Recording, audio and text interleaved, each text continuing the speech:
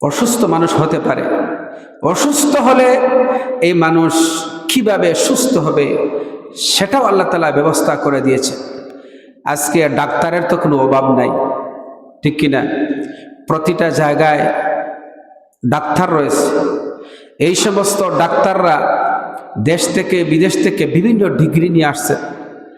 মানুষের শরীর হচ্ছে এমন একটা বিষয়, এই শরীরের ভিতরে এক একটা অঙ্গ নিয়ে ডাক্তাররা পড়তে পড়তে আর গবেষণা করতে করতে তারা শেষ হয়ে যাচ্ছে। কানের ডাক্তার, চোখের ডাক্তার, হার্টের ডাক্তার, চামড়ার স্কিনের ডাক্তার, কত ধরনের অসুখ মানুষের হয়। অসুখের তো আর শেষ নাই। প্রত্যেকটা অসুস্থতার রোগের আল্লাহ পাক এক এক বিভাগের এক এক ধরনের ডাক্তার দিয়েছে। প্রতিটা ডাক্তার শরীর নিয়েই তাদের গবেষণা। একটা শরীর কত ধরনের ডাক্তার তারা ডিগ্রি নিয়ে আসতেছে আর এগুলার চিকিৎসা দিচ্ছে। তো ডাক্তাররা তো চিকিৎসা দিবে লেখাপড়া করে, কিন্তু দুনিয়ার যত ডাক্তার রয়েছে সমস্ত ডাক্তারের ডাক্তার আল্লাহ তাবারাকা ওয়া তাআলা যিনি মানুষ সৃষ্টি করেছেন, এই মানুষকে কিভাবে বাঁচাবেন, এই মানুষ কিভাবে সুস্থ থাকবে, এই মানুষ কিভাবে ভালো থাকবে, সুস্থ শরীর নিয়ে কিভাবে জীবন যাপন করবে, সেই চিন্তা কি আল্লাহ তাআলা করেন নাই? আল্লাহ তাআলা আগে করে দিয়েছেন। আল্লাহ তাআলা কোরআনুল কারীমের ভিতরে বহু জিনিসের বর্ণনা করেছেন। মানুষ সুস্থ থাকার জন্য আল্লাহ পাক রব্বুল আলামিন আমাদেরকে দিয়েছেন মধু।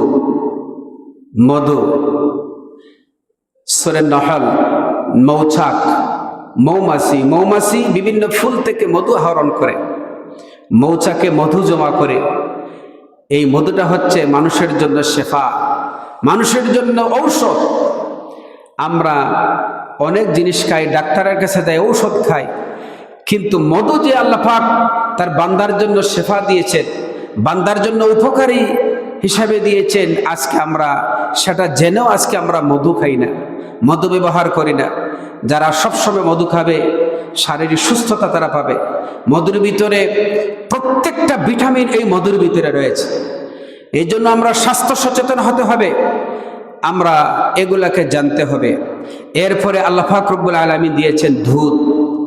দুধের ভিতরে কত ভিটামিন রেখেছেন আল্লাহ পাক রব্বুল আলামিন। একটা গাভী, একটা মহিষ, উট, এগুলা ঘাস খেলো, বিভিন্ন লতা পাতা খেলো।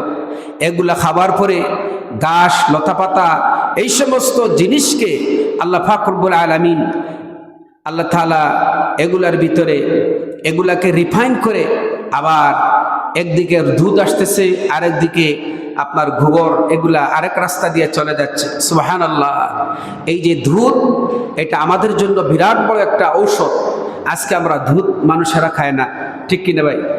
আজকে দুধের কাছে মানুষ নাই। আজকে মানুষেরা যদি দুধ খেত, মধু খেত, আল্লাহর দেওয়া যেগুলো আল্লাহ তাআলা কোরআন শরীফের ভিতরে বর্ণনা করেছে, এগুলা মানুষের জন্য বিরাট বড় ঔষধ।